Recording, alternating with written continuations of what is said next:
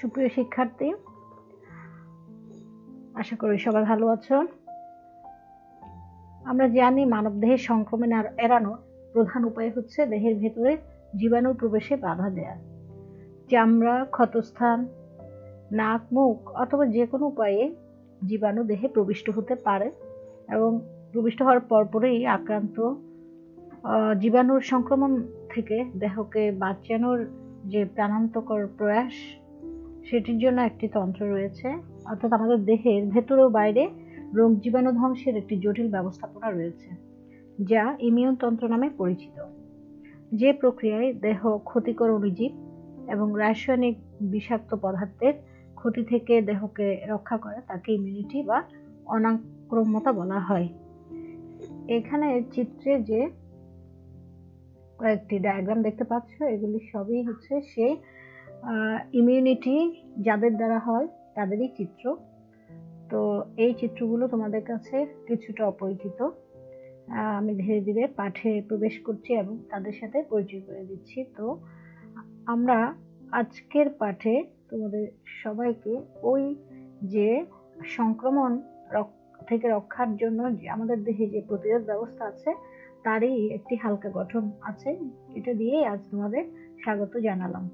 তাহলে আজকে আমাদের পাঠের যে বিষয় সেটি হচ্ছে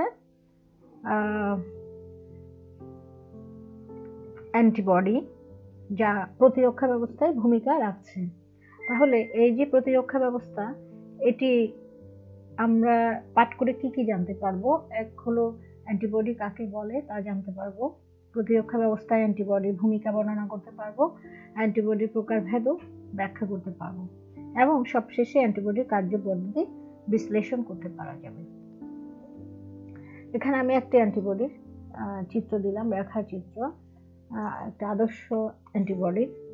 অ্যান্টিবডি কি, শুরুতেই আমি বলেছি যে আমাদের দেহে যে বিশেষ একটি গঠন দেহের রোগ প্রতিরোধ ক্ষমতা বা রোগ জীবাণুকে আক্রমণ করে দেহকে সুস্থ রাখার জন্য অনবরত লড়াই করে যাচ্ছে, সেটি হচ্ছে একটি অ্যান্টিবডি। এখন এই অ্যান্টিবডি আমাদের দেহে বিভিন্ন ধরনের আছে, সেটির প্রকারও জানবো, কিন্তু তার আগে এটির গঠন সম্পর্কে এবং এর সংজ্ঞা সম্পর্কে আমাদের জানতে হবে। অ্যান্টিবডি হচ্ছে দেহের যে প্রতিরক্ষা ব্যবস্থা থেকে উৎপন্ন এক ধরনের দ্রবণীয় গ্লাইকোপ্রোটিন, যা রোগ ব্যাধি সৃষ্টিকারী নির্দিষ্ট অ্যান্টিজেনকে অর্থাৎ ভাইরাস, ব্যাকটেরিয়া ধ্বংস করে, তাকে অ্যান্টিবডি বলা হয়। প্রত্যেকটি অ্যান্টিবডি হচ্ছে ইমিউনোগ্লোবিন নামে এক ধরনের বিশেষ প্রোটিন অণু। প্রিয় শিক্ষার্থী, এই যে অ্যান্টিবডি দেখছো, এই অ্যান্টিবডির গঠনে আমরা দেখতে পাই ওয়াই এর মতন একটি গঠন, যে গঠনে তার দুটি চেইন রয়েছে, একটি ভারী চেইন, একটি হালকা চেইন, এবং তাছাড়া তাদের হালকা ভারী চেইন ছাড়াও তাদের চেইনগুলোকে সংযুক্তকারী কিছু বন্ড রয়েছে, সেগুলো আমরা দেখব। এখন সেটা হলো এই যে আমরা অ্যান্টিবডিটা জন্য যে চেইনগুলো, তাদের নাম এবং পরিচয় একটু দেব। বিশেষ করে অ্যান্টিবডির দুটি চেইনের মধ্যে যে হালকা এবং ভারী চেইন, হালকা ভারী চেইনের মধ্যে দেখো হালকা চেইনকে আবার দুটি অংশে ভাগ করেছে, একটি হচ্ছে লাল, একটি গোলাপি। এর মধ্যে হালকা চেইনের আবার পরিবর্তনশীল অংশ, অপরিবর্তনশীল অংশ, দুটি অংশ রয়েছে। ভারী চেইনেরও একই রকম পরিবর্তনশীল, অপরিবর্তনশীল অংশ রয়েছে। এখানে এই যে দুটো চেইন, একটি হচ্ছে ভারী চেইন আর একটা হচ্ছে হালকা চেইন, তাদের মধ্যে বন্ধন সৃষ্টিকারী বন্ড রয়েছে, ডাইসালফাইড বন্ড। তো একটি আদর্শ অ্যান্টিবডির যে মৌলিক একক, গঠন একক, সেটা হচ্ছে তার প্রথমে হালকা ভারী শৃঙ্খল ছাড়াও এই সবুজ বর্ণের যে বন্ড, তাদের বলা হয় ডাইসালফাইড বন্ড। এবং পরিবর্তনশীল ও অঞ্চল ও স্থায়ী অঞ্চল নামে আরো দুটি অঞ্চল দেখা যাচ্ছে। এখন কথা হলো ভারী শৃঙ্খল, যেটা হচ্ছে সবচেয়ে বড় যে শৃঙ্খলটা, সেটি রয়েছে এখানে, যে এটির অ্যান্টিবডিতে দুজোড়া পলিপ্যাপটাইড শৃঙ্খল আছে। সদৃশ, একজোড়া লম্বা ও ভারী শৃঙ্খল, অন্যটা হালকা শৃঙ্খল। ভারী ও হালকা শৃঙ্খলের আণবিক ওজন যথাক্রমে 50 থেকে 70 কিলো ডাল্টন, এবং এটি ছিল ভারী চেনের, আর হালকা চেনের হচ্ছে 23 কিলো ডাল্টন। এই যে এরপর যে ডাইসালফাইড বন্ড আছে, এখানে এরা যে কাজটা করে সেটি হচ্ছে দুটি শৃঙ্খলের মাঝখানে অবস্থান করে তাদেরকে সংযুক্ত রাখে। এর জন্য তিনটি বন্ড রয়েছে, একটি হচ্ছে হালকা এবং ভারী শৃঙ্খলের মাঝখানে দুটো, আরেকটি হলো দুটি ভারী শৃঙ্খলকে যুক্ত করে আরেকটি, অর্থাৎ তিনটি মোট ডাইসালফাইড বন্ড রয়েছে। এছাড়াও এইখানে যে ভারী এবং হালকা শৃঙ্খলের মধ্যে যে পরিবর্তনশীল অংশ রয়েছে, পরিবর্তনশীল অংশগুলো এরা হচ্ছে অ্যান্টিজেনকে সংযুক্ত করার কাজে ব্যবহৃত হয়। অ্যান্টিজেন হলো জীবাণু, ভাইরাস বা ব্যাকটেরিয়াকে এরা সংযুক্ত করে ধ্বংস করার জন্য পরিবর্তনশীল ভূমিকা পালন করে। এক্ষেত্রে এখানে একটা প্যারাটপ সৃষ্টি হয়, এই প্যারাটপ দিয়ে তালা চাবির মতো করে অ্যান্টিজেনকে আটকে রাখে। ভারী শৃঙ্খল যেটি রয়েছে সেটির যে স্থায়ী অঞ্চল রয়েছে, এখানে পরিবর্তনশীল হচ্ছে হালকা নীল আর স্থায়ী হচ্ছে গাঢ় নীল। ভারী অঞ্চলে অ্যামাইনো অ্যাসিডের ক্রম অনুসারে অ্যান্টিবডি 5 ধরনের, এবং প্রকৃতিতে মানুষের দেহে বিজ্ঞানীদের ধারণা অনুযায়ী 100 মিলিয়ন বা 10 কোটি ধরনের অ্যান্টিবডি সৃষ্টি হতে পারে। আর আমাদের জীবদ্দশায় 10 কোটি অ্যান্টিজেন দেহে প্রবেশ করতে পারে। তাহলে এই যে কবজা অঞ্চল, এইখানে যে কবজাগুলো আছে, এই কবজা অঞ্চলগুলো সংযোগস্থল রক্ষাকারী অংশ, যা দিয়ে অ্যান্টিবডির বাহুগুলো নমনীয়তা প্রদান পায়, এবং এদের কাজই হচ্ছে দুটো শৃঙ্খলকে সংযুক্ত রাখা। প্রিয় শিক্ষার্থী, তাহলে আমরা অ্যান্টিবডির যে স্থায়ী অঞ্চল অ্যামাইনো অ্যাসিডের যে ক্রম, অ্যামাইনো অ্যাসিডের ক্রম অনুসারে এটি 5 প্রকার। অ্যান্টিবডি বা ইমিউনোগ্লোবিন জি, যেটি রক্তে বেশি থাকে 80%, এবং অমরা অতিক্রম করতে পারে।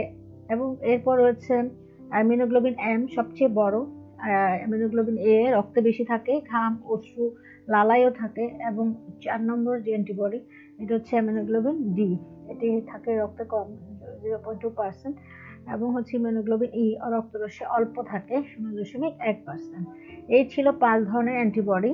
এখন এখানে সেই 5 ধরনের অ্যান্টিবডি আবার একটু কাল্পনিক চিত্র দেওয়া আছে। Immunoglobulin G, immunoglobulin M, immunoglobulin D, immunoglobulin A, এবং হচ্ছে ইমিউনোগ্লোবিন ই।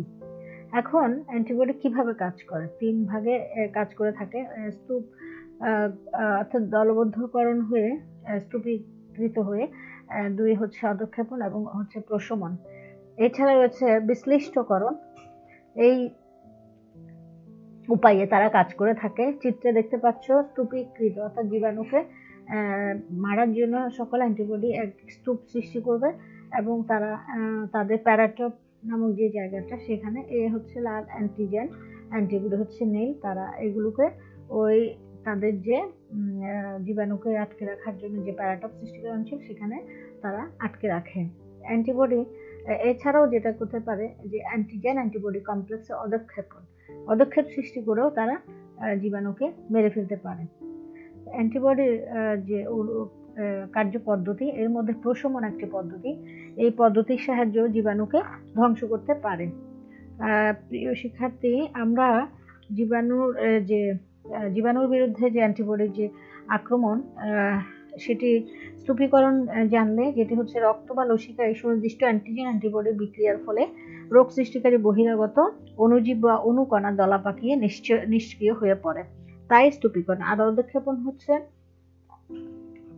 স্তূপীকরণ ছিল যেটা বললাম যে অণুজীব তথা অ্যান্টিজেন রক্তলসিকায় প্রবেশ করার সাথে সাথে অ্যান্টিবডির সাথে বিক্রিয়া হয়ে দলা পাকিয়ে নিশ্চল হওয়া। আর অধঃক্ষেপণ হচ্ছে যে প্রক্রিয়ায় দ্রবণীয় অ্যান্টিজেনের আণবিক যৌগ প্রিসিপিটেশন অর্থাৎ হচ্ছে অ্যান্টিবডির সাথে বিক্রিয়া করে বড় বড় জালিকাকার অদ্রবণীয় বস্তু অধিক্ষিপ্ত হয়, তাকে অধিক্ষেপণ বলা হয়।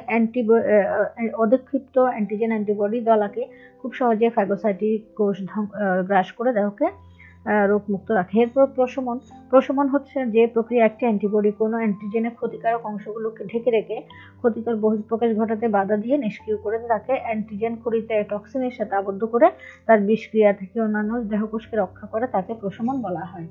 এরপর রয়েছে অপসোনাইজেশন নামক আরেকটি বিশেষ প্রক্রিয়া। এটি হচ্ছে দেহে অনুপ্রবিষ্ট ব্যাকটেরিয়ার দেহে অ্যান্টিজেন অ্যান্টিবডি কমপ্লেক্স যুক্ত হলে কমপ্লিমেন্ট সিস্টেমের অন্তর্ভুক্ত একটি প্রোটিন নিউট্রোফিল ও ম্যাক্রোফেজকে প্রচণ্ডভাবে ফ্যাগোসাইটোসিসে উদ্বুদ্ধ করে। এই ধরনের প্রক্রিয়াকে বলা হয় অপসোনাইজেশন। এখন রয়েছে বিশ্লিষ্টকরণ বা লাইসিস। কিছু শক্তিশালী অ্যান্টিবডি যে প্রক্রিয়া সরাসরি বহিরাগত অণুজীবের ঝিল্লি আক্রমণ করা ও বিদীর্ণ করার মধ্য দিয়ে অণুজীবের দেহকে ফাটিয়ে ছিন্ন বিচ্ছিন্ন করে দেয়, তাকে বিশ্লিষ্টকরণ বলা হয়। তো এইভাবে আমরা দেখলাম অ্যান্টিজেন অ্যান্টিবডি কিভাবে একে অপরকে অ্যান্টিজেন কিভাবে ধ্বংস করছে। তো তোমাদের জন্য কাজ যে প্রথম দল হিসেবে যদি করো অ্যান্টিজেনের বিরুদ্ধে অ্যান্টিবডি প্রত্যক্ষ আক্রমণ হচ্ছে এই নিচের যে কয়েকটা পদ্ধতি বলেছি সেগুলো, অর্থাৎ হচ্ছে স্তূপীকরণ বা অ্যাগ্লুটিনেশন, অধঃক্ষেপণ বা প্রিসিপিটেশন, প্রশমন বা নিউট্রালাইজেশন, বিশ্লিষ্টকরণ বা লাইসিস, অপসোনাইজেশন। এই প্রক্রিয়াগুলো ছিল প্রত্যক্ষ আক্রমণ অ্যান্টিজেনের বিরুদ্ধে অ্যান্টিবডির। দ্বিতীয়, কমপ্লিমেন্ট প্রোটিন সক্রিয়করণ পদ্ধতি। কমপ্লিমেন্ট প্রোটিন সক্রিয়করণ পদ্ধতি নামে আরেকটি পদ্ধতি আছে, এটা আমি এখানে বর্ণনা করে দিচ্ছি। তো এটি হচ্ছে যে অন্তত 20 ধরনের প্লাজমা প্রোটিনে গঠিত এমন একটি আন্তঃসম্পর্কিত গ্রুপ যা নিষ্ক্রিয়ভাবে রক্তে প্রবাহিত হয়ে বিভিন্ন প্রতিরক্ষা পদ্ধতিকে সাহায্য করে, তাকে কমপ্লিমেন্ট সিস্টেম বা কমপ্লিমেন্ট বলা হয়। অ্যান্টিবডির কাজের ক্ষেত্রে এটি সবচেয়ে গুরুত্বপূর্ণ পদ্ধতি হিসেবে স্বীকৃত। কমপ্লিমেন্ট প্রোটিন সক্রিয়করণের মাধ্যমে বিভিন্ন উপায়ে নির্মুক্ত উপায়ে দেহের প্রতিরক্ষা ব্যবস্থাকে সুদৃঢ় করে থাকে। এবার তাহলে মৌখিক মূল্যায়ন। অ্যান্টিবডি কাকে বলে, অ্যান্টিবডি কত প্রকার ও কি কি, স্তূপীকরণ কাকে বলে, অধঃক্ষেপণ কাকে বলে, অপসোনাইজেশন কাকে বলে, এবং একক কাজ হিসেবে অ্যান্টিবডি বলতে কি বুঝো। আর জোড়ার কাজ হচ্ছে ডাইসালফাইড বন্ড। এই ডাইসালফাইড বন্ড সম্পর্কে আমি তোমাদের আরেকটু ধারণা দিতে চাই। অর্থাৎ হচ্ছে প্রত্যেকটি অ্যান্টিবডিতে অন্তত 3টি আন্তঃশৃঙ্খল ডাইসালফাইড বন্ড থাকবে। একটি বন্ড থাকবে দুটি ভারী শৃঙ্খলের মাঝে, আর বাকি দুটি থাকবে ভারী ও হালকা শৃঙ্খলের মাঝে। এই জন্য অ্যান্টিবডির গঠন দেখতে ওয়াই এর মতন। আর বাড়ির কাজ হচ্ছে তোমার দেহের রোগ প্রতিরোধে অ্যান্টিবডির ভূমিকা। প্রিয় শিক্ষার্থী, আশা করি সবাই ভালো থাকবে এবং আগামী ক্লাসে তোমাদের জন্য নতুন কোনো পাঠ নিয়ে উপস্থিত হব। এ পর্যন্ত আজকে এখানে শেষ করলাম। ধন্যবাদ সবাইকে।